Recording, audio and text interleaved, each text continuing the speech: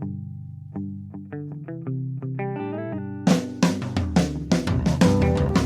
only real God is the one that you believe in. Start looking for the God in others. And if you find you're tuning into a wave, well then I don't know much about being saved. Hello, everybody. Hello, friends. Welcome into another episode of Spiritual Philos-o-Chatter with the Joneses. I'm Danny Jones. And I am Samantha Jones. Cool. And here we are, episode 53. This is season 2. Yeah, this the starts first season of two. First episode of season 2. Yeah. Episode 53, we call it. Yes.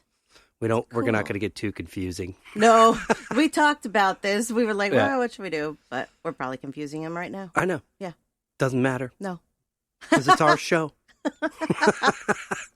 Anyways, what is the topic for episode 53? This is Grieving the Unexpected. Grieving the Unexpected. Good topic for right now. I think so. Yeah. Well, before we do that, anything from last week? I do have a few things from last week.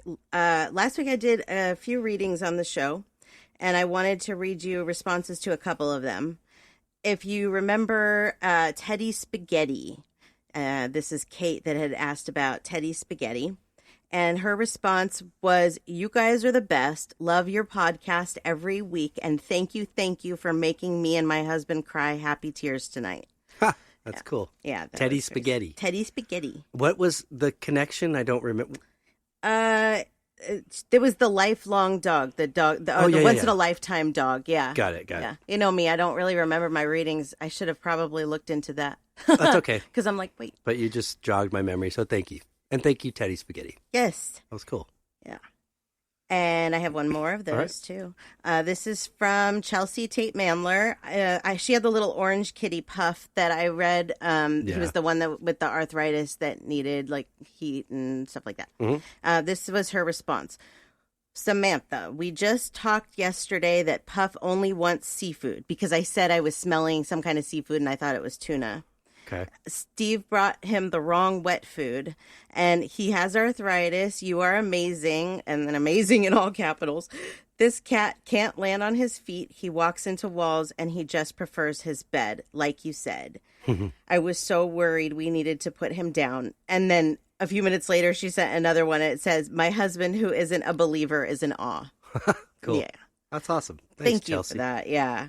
I always love it when, there's a non-believer and they're like, wait, you must have told her that. Yeah. No. Sure. Yeah. I know for some people it's hard to believe, but it is real. No, it Very, is. very real. Cool. Yep. So there's one other thing that I have, and that is that I wanted to wish my very good friend Allison a happy birthday today. Today is her birthday. Allison and I have been friends since we were like 11. Happy birthday, Allison. Happy birthday, birthday. Hope it's a good one. Yeah, me too. Cool. As good as it can be under the circumstances, because she's locked at home with her bird who's driving her crazy. Yeah, but, celebrate. 6 feet away, celebrate. Yeah. Oh, that reminds me, so that our listeners know, we participated in a car parade this week, and that was a lot of fun. It was pretty cool. It was funny. So thank you to one of our listeners and good friends, Jennifer. She organized it for her twin sons, and it was a lot of fun. I would highly recommend it. If, it was pretty funny. You're looking for something different, if you have a friend or family, whatever. Yeah. I think the twins' expression was even better. And then the cops got called because we were honking and woke some neighborhood baby. Oh, sorry, man. If you're listening out there, sorry about the baby. Yeah, really sorry about that. But, it didn't last that long. Seriously, it was like over before it started, Yeah. So, I don't know. It was fun. But it was a lot of fun. Yeah. Cool. So that's what I got for you. All right. Well, episode 53. Grieving the Unexpected. You know what else is unexpected? How this episode went for me this week and putting it together, because sometimes I know like what's going to be in an episode, but sometimes they unravel themselves as I'm putting them together, and they take an unexpected turn. And this one kind of did this for me, because I thought we were going to sit here and just talk about grief, like of losing somebody. But we're going to talk about grief of losing not just somebody, but things, your job, your sanity at this point. We're going to talk about how we're getting through this, how this pandemic is. A lot of us are grieving this. Yeah. So it's a great topic, I think. I think so too. It really still blows my mind that it took that turn. Last week I had mentioned that it was the anniversary of my mom's death a few days after we recorded. Mm-hmm. And I had also expressed the fact that it wasn't a big deal because mom's here all the time. Right. Well, this year it hit me really hard. Yeah.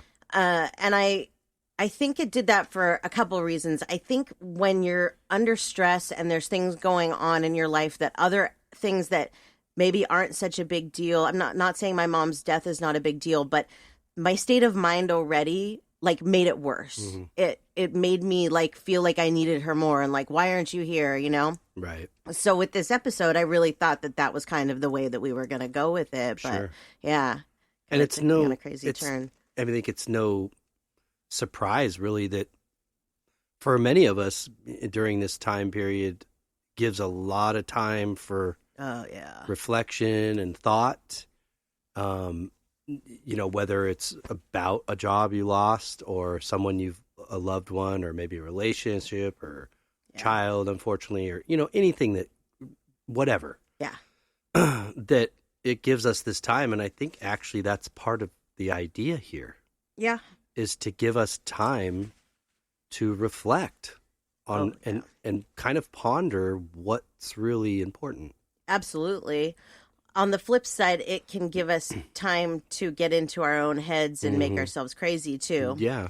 So it's, I guess we can do with it what we want, but for a lot of people, it's a really hard time right now for sure. Yeah. So the first thing I wanted to do was read a little bit about what is grief, just in general. What is it? Grief is a natural response to loss, any loss. It's the emotional suffering you feel when something or someone you love is taken away. Often the pain of loss can feel overwhelming. Mm-hmm. There are so many types of grief. So some people don't recognize actually that they're even grieving. Which kind of blows my mind. I don't know how you don't know that you're grieving. That's interesting. I've never really thought about that. Because grief has always been really hard for me. You know, it's I know something's going on. Right. So, on to the next page. No, I agree. I think it's, again, if you take the time to sort of, which we all seem to have a lot of right now, and kind of think about something like that. Yeah. I think you can kind of find, where grief can actually lay in your life. Yeah. Some other things that can bring grief to your life that we don't always put in this category is, besides a death of a loved one or a pet, is a divorce or a breakup. Mm-hmm. And for me, I think that of all these things on the list that I'm going to read, there's some I haven't been through, but that's been the second hardest. After losing somebody, the divorce is one of those things, or a breakup that can just make you feel like it is the end of the world. Yeah. That's a tough one. Oh, yeah. Yeah. I'm working for Kasamba now, and that's pretty much it. That's all I do is love readings. And I'll tell you what, that there are so many people that come to me. They want to know if their ex is thinking about them and if they're going to get their ex back. And it blows my mind that there's so many people that are still grieving over an old relationship. Yeah. But it's a different kind of grief, Mm-hmm. When somebody dies, it's not that it's done and over, but the sting is wham. Mm-hmm. But with a relationship and the relationship ending, a lot of times, most of the time, I think, it's not just done. There's this whole process that comes with it. You guys don't stop talking, or you go back and forth, or, and the person's not gone. So in your own mind, you're thinking, well, maybe we could get back together someday. Right. And that's what a lot of people that I read for are what's happening. Right. They don't look and think about what actually happened in the relationship because they're stuck in grief. Yeah. But they don't realize they're stuck in grief. Yeah, maybe you want to make excuses or not pay attention as much to the negative part that made it end. Yeah, exactly. So you're grieving that, so you want to feel that love or fill that void maybe that's kind of there. Yeah, it's like memories over time, they start to fade, good and bad. So, you get to a point where like, well, maybe I was overreacting or it wasn't that bad. Or, I know for a lot of these women, especially, it's that they don't think that they can get somebody else. And that makes me sad because there's a lid for every can. Yeah. It's true. Yeah. A couple other forms of loss on my list, losing a job, miscarriage, loss of a friendship, finding out that you're ill, that maybe you have some kind of terminal disease or that a loved one is ill. Because a lot of times you'll mourn, if you find out that somebody is sick, you'll mourn their death before they even pass. Yeah. It's a weird kind of thing that happens there. Yeah, I think you sort of picture the moment, or you try to wrap your head. I don't know if that's your way of kind of bracing yourself for it, but you sort of somehow imagine the saddest moment, I think, and it's like, wow. Yeah. I think that's also part of questioning just mortality in general, whether it be your own or a close person, Right. Not questioning, but acknowledging your mortality, kind of. Yeah, exactly. I want to do some readings in this episode, but I feel that I am like super duper emotional today. Like just talking about this stuff, I don't know if you can see it, but the tears are just falling down. I'm like, okay, really? Can we turn the waterworks off? So I don't know. We're trying to work here. We're working here. Right? Seriously, turn them off. So I don't know how this is going to go, but I do want to do some readings. What sucks about it with the crying aspect. Don't think that I don't like to cry. That's not it. It's that crying is one of the few things that still brings on migraines. So I just prefer to not. Okay. But that's okay. You just do what you got to do. Exactly. Right. Okay, so let's start with this one. This is from your cousin Hope. Okay. And she said, "Dad, are you there? Do you see us? Samantha, Dad had early onset Alzheimer's and dementia, so I guess I want to know that it doesn't stay with him and he knows us again." Oh, yeah. I felt him the other day. It was funny. I was kind of having a tough day, and I felt like everything was falling from whatever I was putting it. But something told me, listen to Jimi Hendrix, the Band of Gypsies. Electric Ladyland. And so I did, and I felt him. I could just feel him, and he was chuckling at me because I was getting frustrated. Shocking. Like that things are falling and stuff. And but no, absolutely, Hope. He's around. Oh yeah, and he's 100%. He doesn't. It's when you get there, you're healed. Everything's healed. So his memory is what it was, and yeah. And he does remember that time between when, he had the onset and when he passed. He does remember, and he does see what happened during that time. So he really wants you to know that, so that you know that he appreciates what you did for him during the time, and that you were always very good to him, is what he's telling me. Right. So don't worry about that at all. Yeah. He's very much put together now, and yeah. He was a sweet man. This is my mom's brother. And other than himself and myself, we are distantly related to the Guthrie family, Woody Guthrie and Arlo Guthrie. My mom's mother, that's her cousin. So it was her brother's son was Woody Guthrie. Yeah. And who was a painter and a musician, but his life didn't end so great. Yeah. But the only other people in our family that we know of that were really musical. I think my mom had a cousin, that was a singer and an actress, but my uncle would paint, and he lived with my grandmother, and I would go see him, and I would watch him. Showing me that right now. I would watch him, and I would flip through his records. He was always have a record on while he was painting. He just did amazing pieces. He did one for me many years ago, too, that was awesome. But yeah, it was just, I feel him a lot, especially when I do artwork, when I'm painting and stuff. That was a weird instance because I don't know why. I felt like it was him telling me to listen to this album because I hadn't listened to it a lot as much as the other ones of his. So, but yeah, that was unusual because usually it's when I'm drawing and I wasn't drawing. I was, Yeah, it usually comes in on the art side. But yeah, it's, I think you're right, absolutely right, that, he's completely, like, healed, repaired. Whole, yeah. It's his consciousness, it's his soul. So anything that was a physical issue, be it dementia in the brain, which, houses in the brain, there's no brain, so there's no illness. Yeah. Today I had a lady, actually I've been talking to her for the last couple of days, that wants me to do a reading for her. Her daughter has developmental disabilities.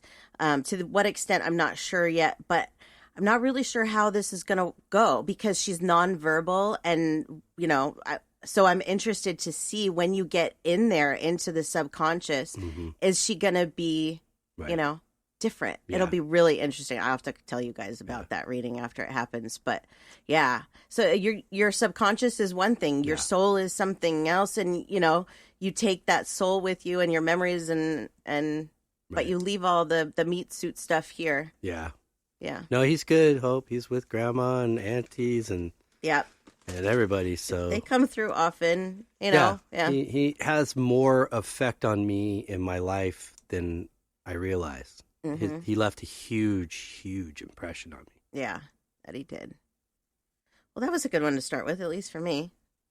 Now you're like, it's my turn. Sorry. Didn't mean to pass the tears on to you. You want this? Okay. It's all good. It's all good. Okay. Okay, so let's get into what changed for me this week when I thought we were going one direction with this episode and another. I started realizing through things that I was reading and doing research on that what we're experiencing right now, whether we realize it or not, going through this pandemic, is grief. It is. Oh, yeah. I didn't really look at it like that. And I've been, like, emotional, not just because of, like, the anniversary of my mom's death, and I'm not an Easter fan at all, not the religious stuff, it just, like, childhood memories. Yeah. So it was Easter the day before her passing. I've been emotional over that. So here I am thinking that all these ways that I'm feeling and thinking are just because of that. But really, I'm really mourning a lot of things. I'm personally mourning the loss of my job. Yeah.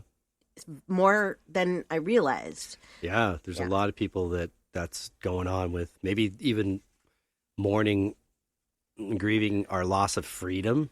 Oh, yeah. To a certain degree. Yeah, absolutely.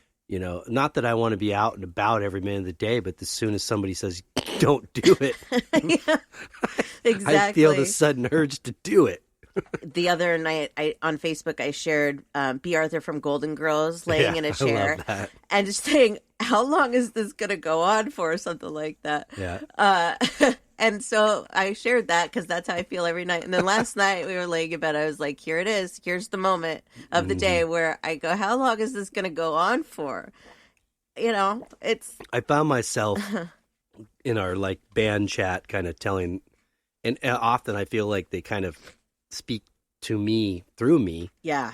Even if I'm talking to somebody else, but I was just like, try not to take it, you guys, like, as when this is over. Just try to take it as a day at a time. Yes. You know what I mean? Nothing is going to change here if we don't want it to. It's just a matter of time. Exactly. So, and I was feeling the same way. I was all about the B. Arthur, like, yeah, when seriously. is this gonna stop? Here's another way that it's like, that's like grief, and we'll get into the stages of grief, but every day I go through this cycle of, okay, I'm going to do a lot. I have a list of things I want to do today. And then I go into the laying on the couch on my phone, and then I'll get some stuff done. But it's like your mind is just so all over the place. Yeah. Do you know what I mean? It's like it can't settle down for 1 minute. Yeah. It's very, very frustrating. It is. I mean, I finally got in here, like, wrote a song the other day. Kind of recorded just a rough draft of it, and that was nice, just to spend some hours of not thinking about really what's going on. Right, exactly. I'm just escaping and jumping into it. Yeah. I mean, like, think about it, all the stages that you go through during the day, the positive thoughts. I mean, for me, that's how it is. I don't know about you guys, but like, I'll have one moment where I'm really, really positive and like, this is good. It's good. We're really good. And then, a little bit later, it's like the trying to accept what's going on here. Yeah. And then there's the denial of what's going on. Like, okay, maybe I'm just overreacting, Yeah, right. I don't know about you guys, but I'm going through all of that right now for sure. I think a lot of people are. Yeah. That's why it's really important for us to stay, understanding with each other. Right. Compassionate and like, hey, I understand there's a lot of pressure here on top of your own personal stuff, Right. Well, and something else that we forget about is that we do in a way mourn the deaths that aren't even ours. Do you know what I mean? Like, we see that number go up every day and it makes us sad. Yeah. So we are still mourning for those people that have lost their lives, and that's emotionally draining on itself, Yeah, I really feel bad. I do too. I hate that. We get this update on Facebook once a day that tells us every city in the county and how many cases there are total and how many deaths in the county. And it's just like, brutal. And just like how unnecessary a lot of them really are, but it just sucks. But yeah, exactly. So there's a lot of things that we could lose, like we had talked about, but a couple of the things that are really the hardest, we don't even necessarily see on the outside so much, is like that feeling of security. Like, before this started and people had a secure job, there's so many people that were just going on with their normal everyday life, not thinking that their job was just going to be taken out from underneath them. Yeah, you're grieving the loss of security. Yep, you are. Not just the loss of your job, but the loss of security. And if you have kids, and you're looking at that, I mean, that's overwhelming. Yeah, exactly. Something that I wrote down here that I found interesting is that many of the losses that we are experiencing now are called ambiguous losses, meaning they lack clarity and definition. And with death, there's an end, like what I was saying. It's like an end point. But here, we don't know what's going to happen from here. So every day this continues, and we're still mourning, whatever it is that we're mourning in this situation, and there's no clear-cut end to it. Not that there is a clear-cut end in grief, period, but I think with this, what this means is that you can't heal because you're still in this process. You're still like, I don't know, mourning it before it's completely gone, I guess. Yeah. True. It's very, it's definitely a different kind of grief than I've ever felt before, and I didn't really even realize that it was, When we look at grief, and we were talking about the different stages of grief are denial, shock, anger, bargaining, depression, working through the situation, and acceptance. I think I go through these all day, every day. Yeah. Because like we talked about, the bargaining is the one that jumped out at me, like, like what we do in our minds. Oh, yeah. Yeah, we all do that, don't we? Like, God, I promise you I'll be good if you make this go away. Seriously, just make this go away. It doesn't work like that. No. I really, really wish it did. It doesn't. But I'll tell you what does work. And going back to episodes on manifestation, there's been a lot of situations here during this pandemic that I have manifested without even knowing. And it's very easy to do that. And so okay, here's an example. I'm painting rocks, and I didn't have any more rocks. I just had a few left. I think I had a dozen or so. And so I asked if anybody wanted me to paint them a rock, but I said, if you have a rock that you want to send me, I can paint that, or you might have to be, a little bit. May have to wait a little bit. 2 people sent me rocks this week. I got a package in the mail from Elaine, the same one that made us the face masks. She's sending me some really cool rocks that are already I don't even have to coat them, do the preliminary, what do you call that, primer? I don't have to do that. And then Jennifer at the car parade gave me a bag of rocks. So that's kind of what I mean by manifestation is I'm doing something good. I'm putting something good out and doing rocks for people. And in return, I'm kind of getting what I'm manifesting back, if that makes sense. You can do that within this and try and bring good things to yourself, but you also have to put out the good stuff for people to get the good back. Right. That makes sense. It absolutely does. I think it's true. I think for me, take the time, for instance, if I sit and try to write a song, I was trying to take that grief that I was feeling with all this, and thinking about, a lot of different things in my life that maybe could be a bummer, or so kind of tried to put that into a song. Yeah.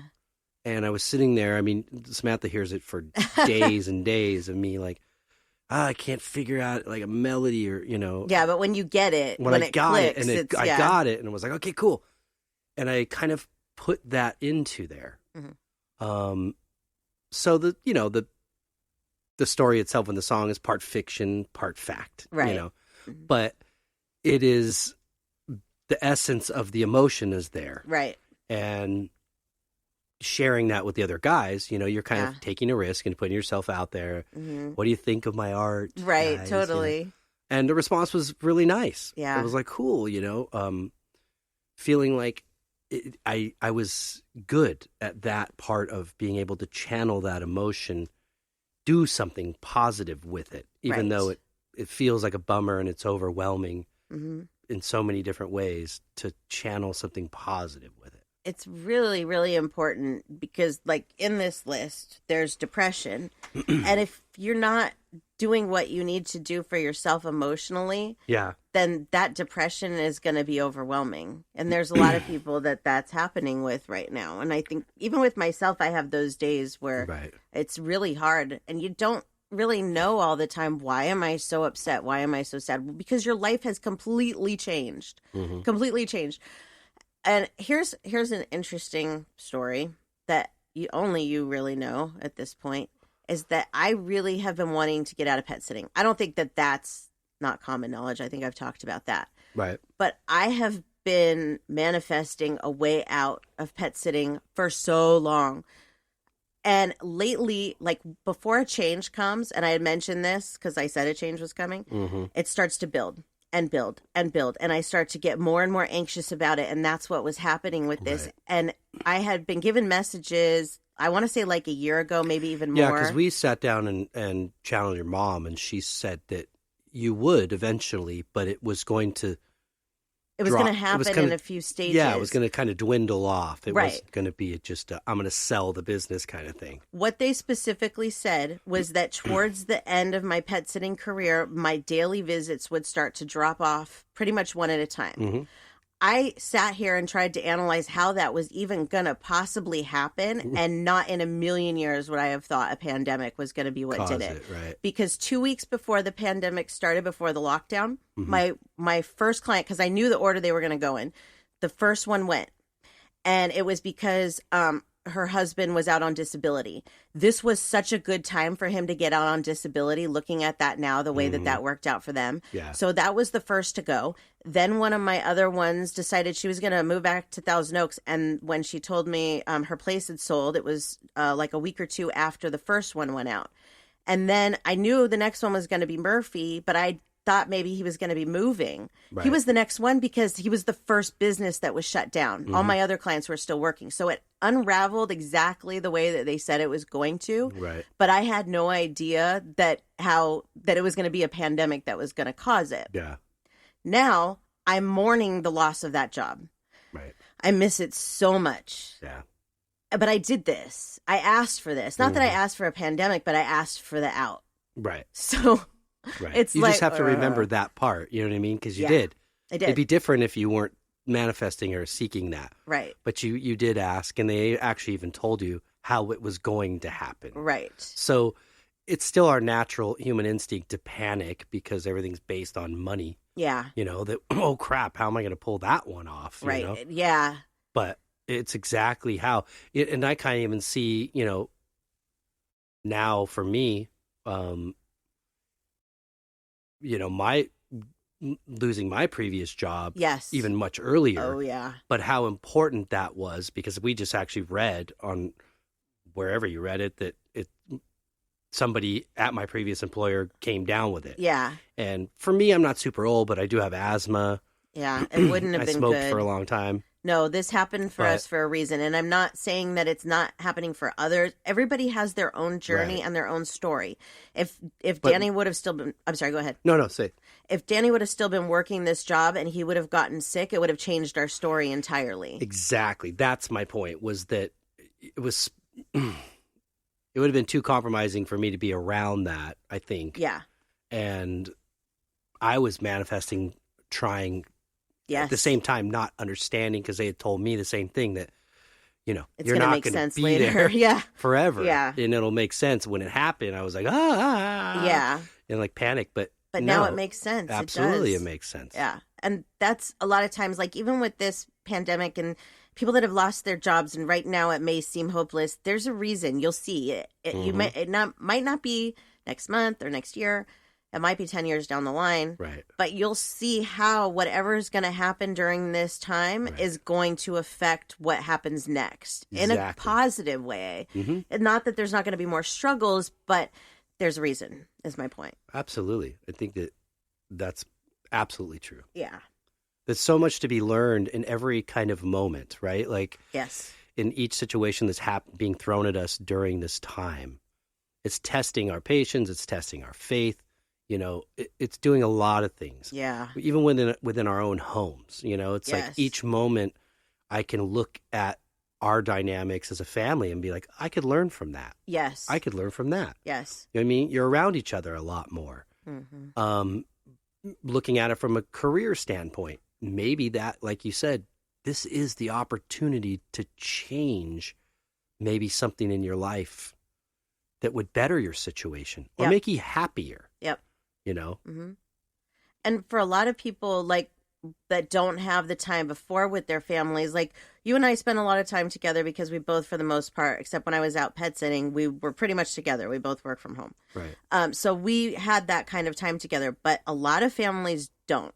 A lot of families, with Marina in school all day, of course, we don't have that kind of time with her. Right. But now you have this opportunity to get to know your family on a different level, something that you didn't get to do before because you were so busy. So that's a really important way of looking at it, is that take advantage of this time while you have it, because you might never have it again. Yeah. It's just, I think we're supposed to really try to learn from this. Oh, yeah. Somebody...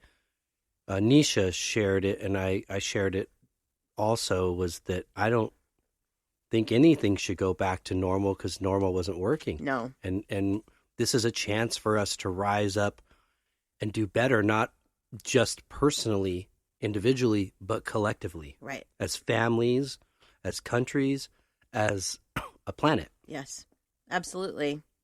There's always going to be those people that aren't going to think that way. Mm-hmm. And that's what makes this so difficult, that if we could all get on the same page and look at it differently, it would change things. That mentality will go away eventually. It'll take a very long time, but I don't believe this planet's going to stay this way. I don't think so either. No. It'll get worse before it gets better, but it will get better. It will. It'll be new normal, but it'll get better. Mm-hmm.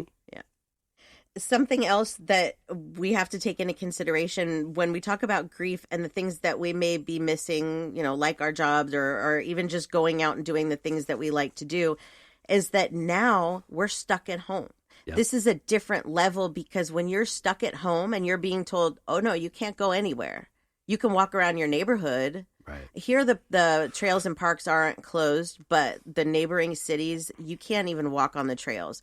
People are being good. They're being respectful out here. What that's causing, because I drove out to Westlake the other day, what that's causing out there is everybody to walk on the small amount of street that's available to them, because now the hiking paths are closed, and that's just causing a whole other problem. Mm-hmm. So a lot of people don't want to even go out and get sunshine. They don't want to leave their house at all. So this is giving it a whole different dynamic. When you're stuck in your house all day, every day, no matter how much you like to be home, you're still going to go a little bit nuts. Yeah, you got to step outside. Yeah, I've talked about my friend that lives in Italy, and we were talking a little bit. She gave me an update this week. It got worse before. Now it's starting to get a little bit better. They had taken more privileges away from them. I think at the last time that I had talked about it, they were allowed to go out for a walk around their street or whatever. They weren't allowed to do that. No. You couldn't, she couldn't take her kid in the stroller for a walk, period. Now she said you can walk by yourself, just one person. You have to wear a face mask. The second you walk out of your house, you have to wear a face mask. Mm-hmm. But here's the thing, is that she's saying specifically that if they would have listened if they wouldn't have gone back and just, if they would have kind of done what we're doing, things would be different. We need to learn from their mistakes. Oh, yeah. Because they didn't do things the way that we're doing it. So if we go and, start doing the bad, go guy back that to you it. did a reading for, I don't think you mentioned this in India, that was living in a hostel. Yeah. And he said that if you were caught outside, they beat you. Yeah. He really wanted to get out of where he was living. The guys that he was living with, he said, were abusive. He didn't get into it. I didn't want to know. Because that's a whole different world. I can't even imagine what that's got to be like. And then, he told me, I want to move, but I can't because you leave your house and they will beat you. Yeah. That's wild. That's scary. That's an answer. Yeah. Jeez. Whew. Yeah, that's... I don't know. Sorry to that guy. Yeah, me too. I felt really bad. It's like, that was one of the few that weren't love readings that I did, and that one made me really sad. So when I looked up, like different types of grief, right? There's two different types of grief. There's normal and there's complicated. And this is where I think we have to look at what's going on in ourselves right now. Mm-hmm. If we're dealing with normal grief or if maybe this has become really complicated. I'd say complicated. Well, I think everybody's different, but let me tell you what the normal grief, like what the difference is. So normal grief is sad thoughts and feelings that typically occur in waves instead of being a persistent low mood. So if you're in the complicated grief, your mood is persistently low. You don't have the ups. You're just down. The complicated grief is a form of persistent grief that does not get better naturally. There's more physical symptoms with it, like anxiety, sleep issues, suicidal thoughts, and physical illness. I wouldn't say that I'm in the complicated grief. I would say I'm dealing with this on a normal level because I have experience with my mom's loss, the complicated grief, and that this sucks, but not like that. Yeah, that's true. Yeah. I guess I was thinking more because it's complicated because it tends to add in so many different factors for everybody at once. Yes. I wasn't thinking about the emotional point of it. But. Yeah, in that way it is, but in this sense of the term as what they classify grief as, that's normal. They say that it's normal because that's what most people go through. Right. When your grief is worse, that puts you in the other category. Got it. But so I, you know what? First of all, before I go into the next stuff, let's do another reading. Do it. I think we should. Let's open it and see which one we want to do. Okay. So I have a very good friend in Las Vegas who I've known for so long. Her name is Donna, and she's my ferret friend that I talked to you about. She lost her dad. Let's see. His name is Daniel Lawrence Carlson. And she feels kind of responsible for his passing in a way. And so she asked me to see if I could just see how he is and make sure that he doesn't hold anything against her. So let's talk to Daniel. Let's. Nice name, Daniel. Donna has a very outgoing personality, and I picked up immediately where she got that from. She got that from her dad. She's very animated, and so is he. He likes to play jokes and be silly. It's how he got through things. I feel like her mother was way more on the serious side.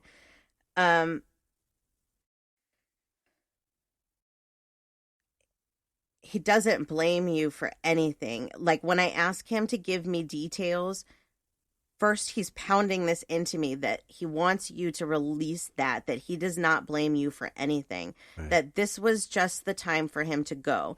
His quality of life wasn't there anymore, whether it would have been you taking care of him or somebody else taking care of him. His quality of life wasn't there. He needed to move on. Yeah. It wasn't about, I don't know how to put this. Keeping him alive wouldn't have been the right thing to do. And this is what he wanted. So this was kind of his wishes. And although it had to come about in a way that may not have been the right way, it had to happen. Yeah. His passing had to happen. Right. We do things with our free will to try and step in and make somebody's life longer. And and I did that with my grandma. When my grandma got sick, she had a stroke, and there were several doctors that told me to just let her go. Right. But I couldn't. And I kind of just pause you there right there. And the reason for that is because we as humans don't want to go through the grief. Right, exactly. But that is definitely one of the points. For me, I knew intuitively that there was a deeper reason, and there was things that were showing me that intuitively, and I had to go with that. But sometimes people will make that decision to keep somebody alive because of their own grief, like you were saying, or because they feel like that person, no matter how bad their life is, that person should have a life. Well, that's not the case. Right. There's circumstances where that's just not the case.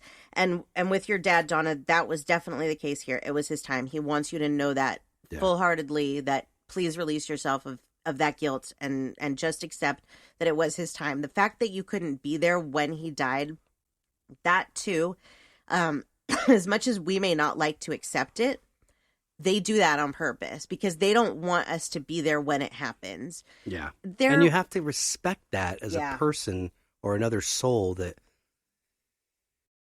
it's not, for some people, it can be a number of things. It could be just, it's a private experience.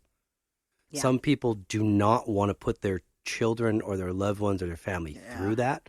Some people will actually wait until certain people get there. Yes.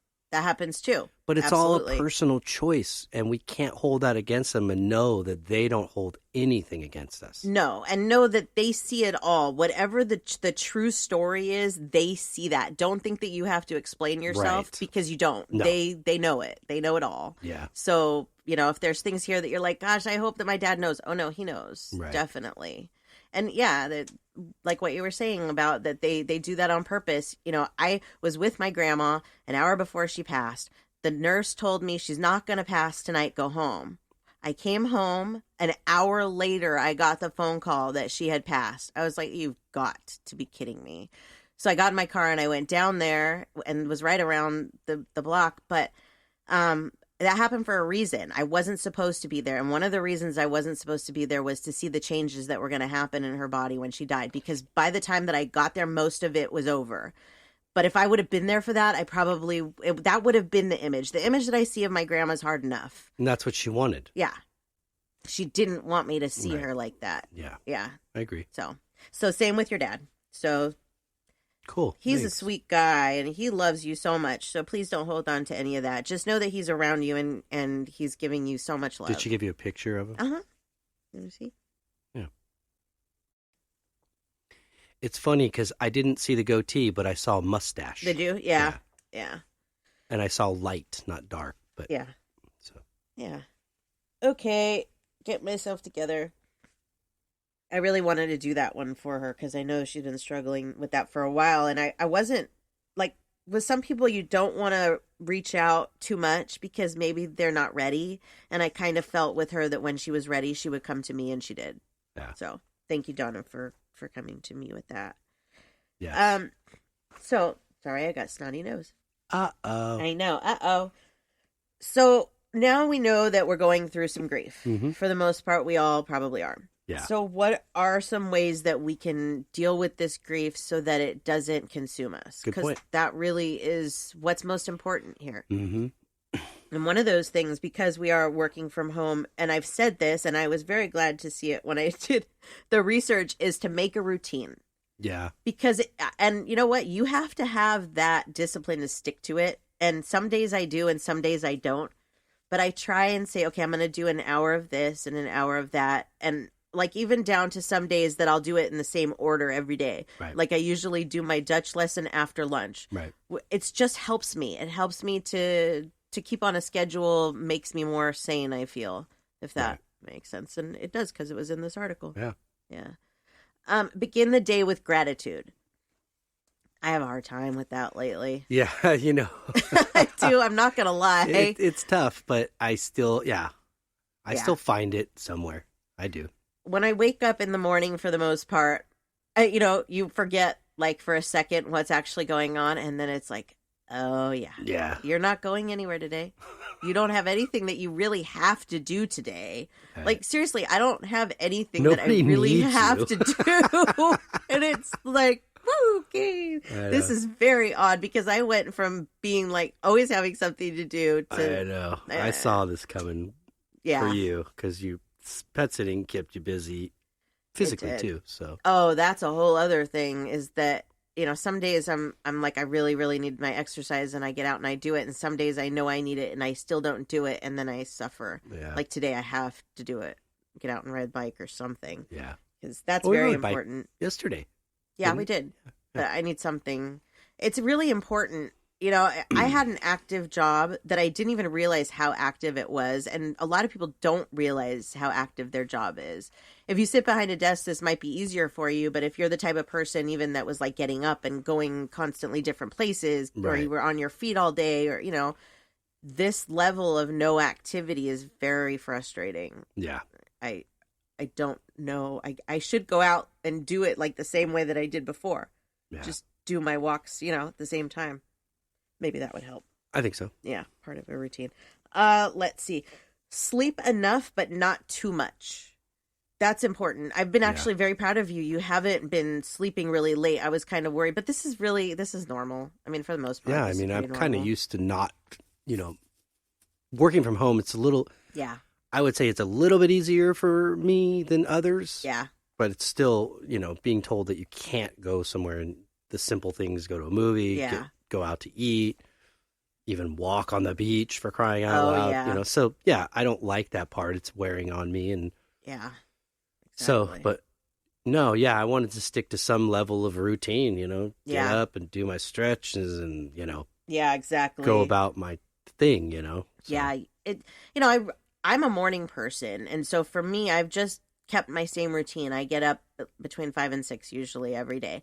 But I can understand for a lot of people, if they've worked years and years and years of getting up early and they don't like to get up early, that now this is like, they're like, I can sleep. Yeah. But don't get sucked into that because it is a lot easier for you to get depressed when you're sleeping more. I know that sounds weird, but it is. It's a cover for depression, but it's also can cause more depression because your mind is just not clear. Right. So you got to keep that, like they say, 6 to 8 hours, Not like you have to do that all the time, but just keep normal schedule is helpful because eventually we will go back to some kind of normalcy, where you'll have to go back to getting up.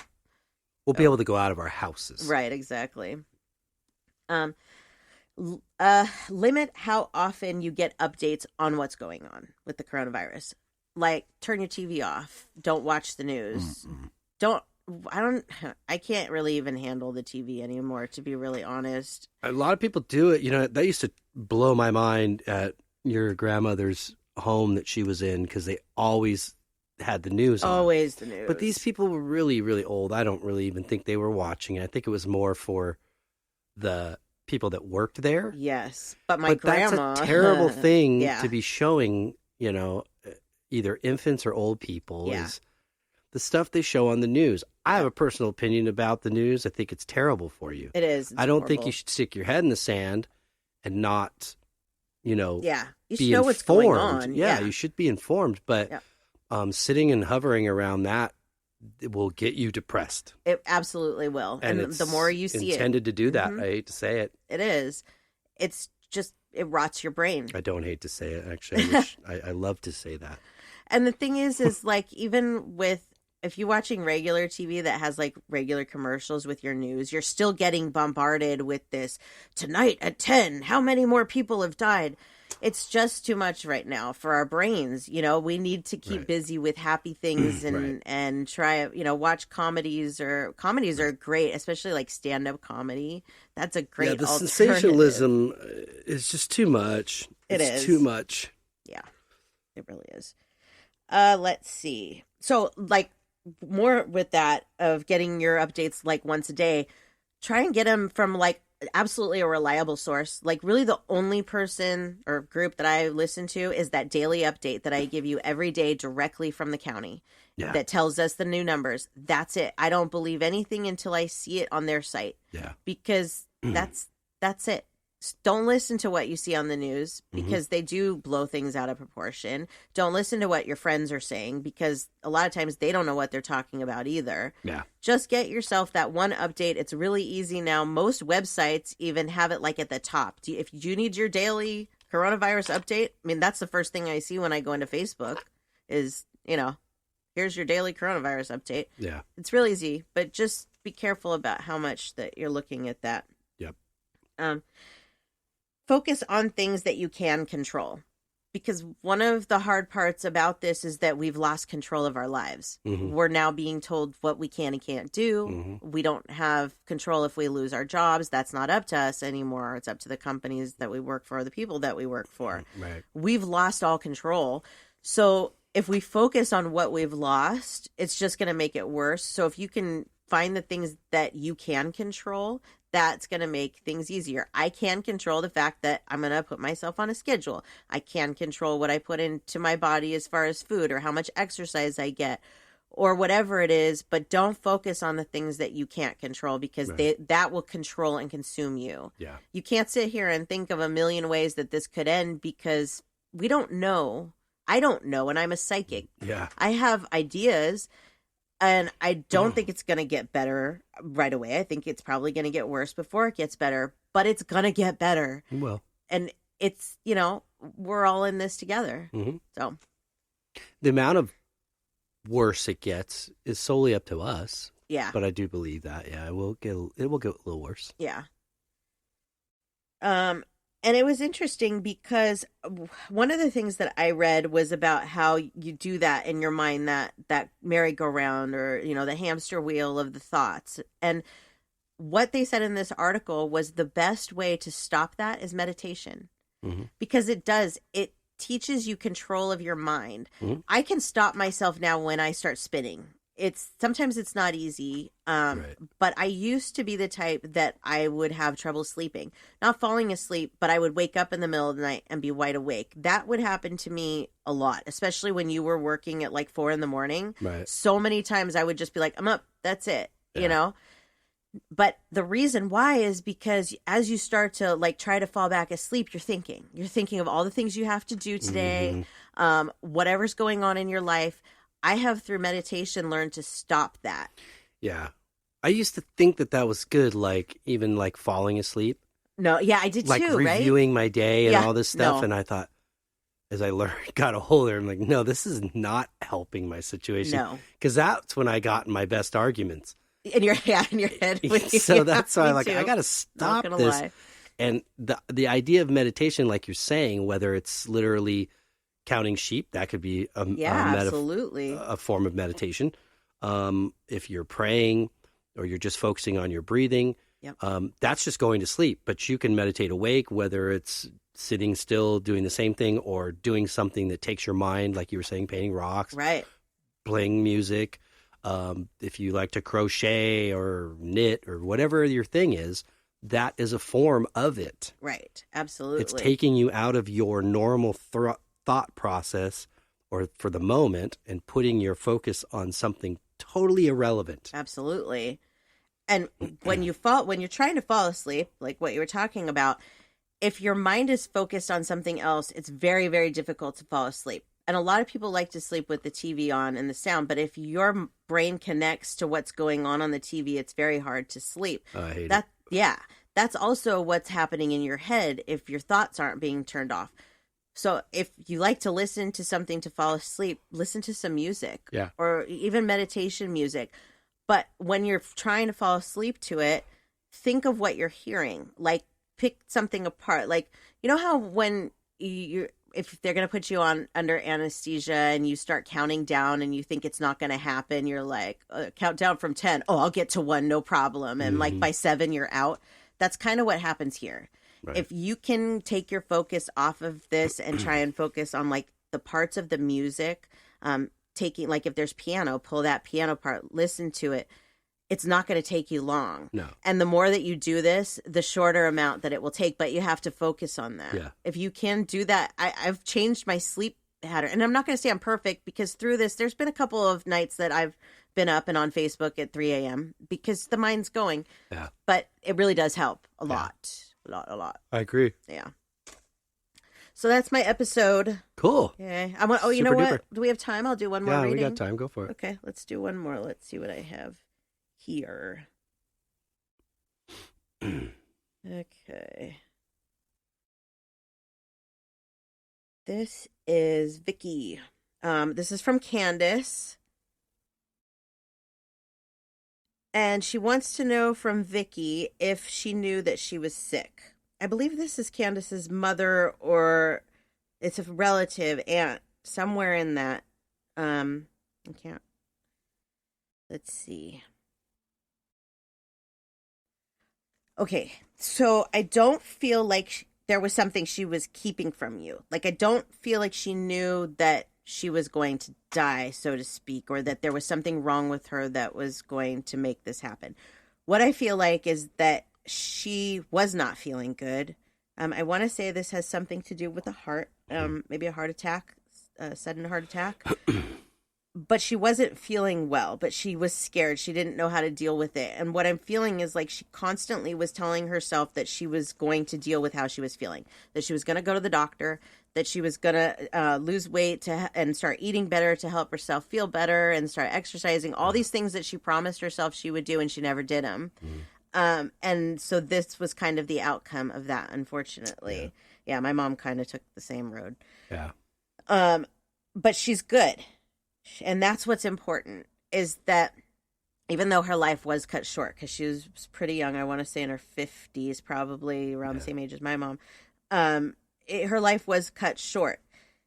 But there's a whole other side to this, is that now she can help you more and be with you on the other side. So it's a different kind of love and different kind of connection, but she is very much there and very much around and a contributing factor of your life. One thing that I'm hearing from her, and I'm assuming this will make sense to you, is that she doesn't want you to follow in her same patterns, because she wants your life to be different from hers. So she says to whatever those patterns are that you're following that maybe you see in her, she wants you to try and undo that. And if you don't know what they are already, she said, this will open it up and you will start to think about it and you'll realize what they are. But you have to be honest with yourself. If you're not honest with yourself, then this can't change. Right. But it is important that you don't follow down the same road that she went down. Cool. So, she's so sweet. That's nice. Yeah, that was very good advice, I think. Yeah. Yeah. Sometimes they have some really, really cool messages. Sometimes people are like, do you have a message? And I'm like, hi. They just want to say hi. But sometimes it's just like, blah. Yeah. You know? They've been waiting. Yeah. One of our friends, Lori, she asked for a reading. It's a situation that I don't feel comfortable talking about here. She didn't tell me anything about it. It's just what I'm getting from it. I don't want to talk about it here. But her dad passed a few years back. And when I was reading this and trying to decide if I was going to do this on the show or not, her dad was coming through so strong that I think before we deal with this other situation, we need to deal with dad first, because he's just like, talk to her. Don't do it on the show, but talk to her. They're so funny. If they want to get through, they will find a way. Let me tell you. Yeah, it's like this nagging in your mind. You're just like, hey, okay, all right, I'll say something. I try in my readings on the show to be specific, but I try to leave out your personal details. Like, I may know some of what she's talking about as far as the paths, but I don't think that it should be talked about here. I think that's her own personal business. Right. So, Candace, if you want to talk about it, we can. Cool. But, yeah. Nice. Yes, so that was a good episode. Very good. Thank you. Good job. Good first episode of the second season. Yay. But it's really number 53. 53, and we'll never talk about the fact that it's season 2 ever again. Yeah. Yeah. Cool.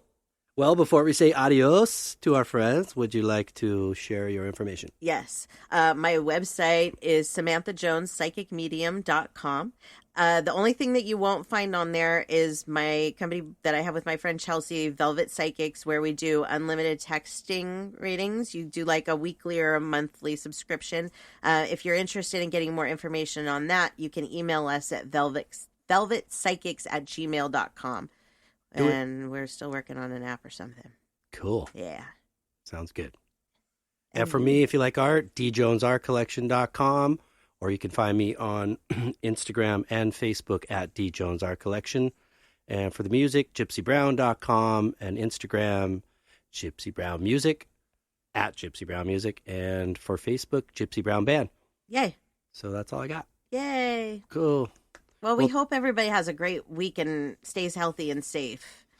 Yeah, and just, you know what, guys, chin up as much as possible. Exactly. I know it's not easy, but this is a difficult time, but we will get through it together. We're all going through it. Yes. So don't think that, you're alone. Just send your energy. Yes. If the world ever needed love and positive energy, it's now. Yes, it is.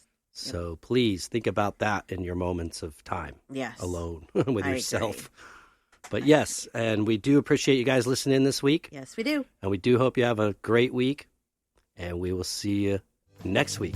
Or hear you next week. I don't know. Whatever you want to do. Anyways, until then, peace and love.